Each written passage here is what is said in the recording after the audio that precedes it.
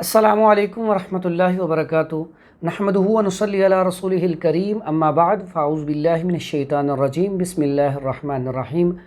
امید ہے تمام دوست احباب دیکھنے والے، سننے والے، چاہنے والے سب خیر و عافیت سے ہوں گے۔ اللہ تعالیٰ سب کو صحت، تندرستی اور ایمان والی لمبی زندگی عطا فرمائے۔ آج کا ہمارا جو ٹاپک ہے یہ بڑا عمومی مسئلہ ہے۔ اکثر پیشنٹ جب آتے ہی آج کل سوال یہی ہوتا ہے کہ حکیم صاحب تیزابیت گیس بہت زیادہ رہتی ہے۔ تو تیزابیت اور گیس کا سب سے بڑا جو مسئلہ ہے وہ ہمارے اوپر ہی ہے۔ ہم ٹھنڈا پانی، فاسٹ فوڈ، بیکری آئٹم، کھانے کی زیادتی اور کھانے کی ترتیب کا صحیح نہ ہونا یہ بہت زیادہ ہے۔ تو اس میں سب سے پہلا کام آپ نے یہ کرنا ہے کہ اس میں آپ نے یہ جو آپ فاسٹ فوڈ، بیکری آئٹم ہیں یہ چھوڑیں، ٹھنڈا پانی چھوڑیں۔ اس کے بعد بڑا سمپل سا علاج ہے اور بڑا آسان سا، بڑا سستا سا۔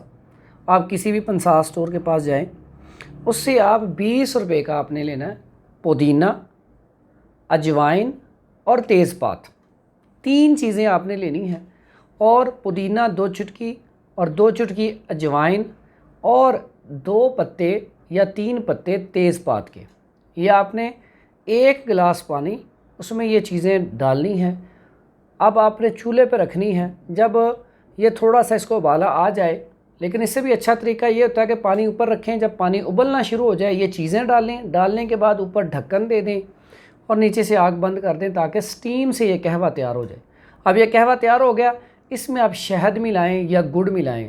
صبح، دوپہر، شام کھانے کے آدھے گھنٹے بعد آپ استعمال کریں، انشاءاللہ آپ بھول جائیں گے گیس کو۔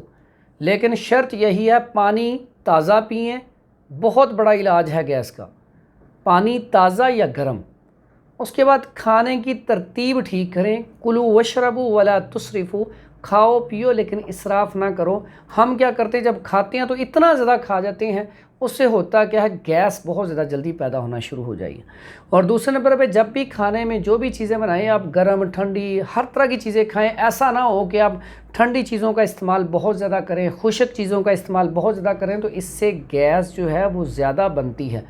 دوسرا سب سے بڑا کام، جب بھی گیس ہو یہ قہوہ پئیں اور کم از کم 50 قدم آپ چلیں، فوری طور پہ آپ کی طبیعت انشاءاللہ ٹھیک ہو جائے گی۔ دعاؤں میں یاد رکھیں۔ اللہ تعالی ہم سب کا حامی و ناصر ہو۔ السلام علیکم ورحمۃ اللہ وبرکاتہ۔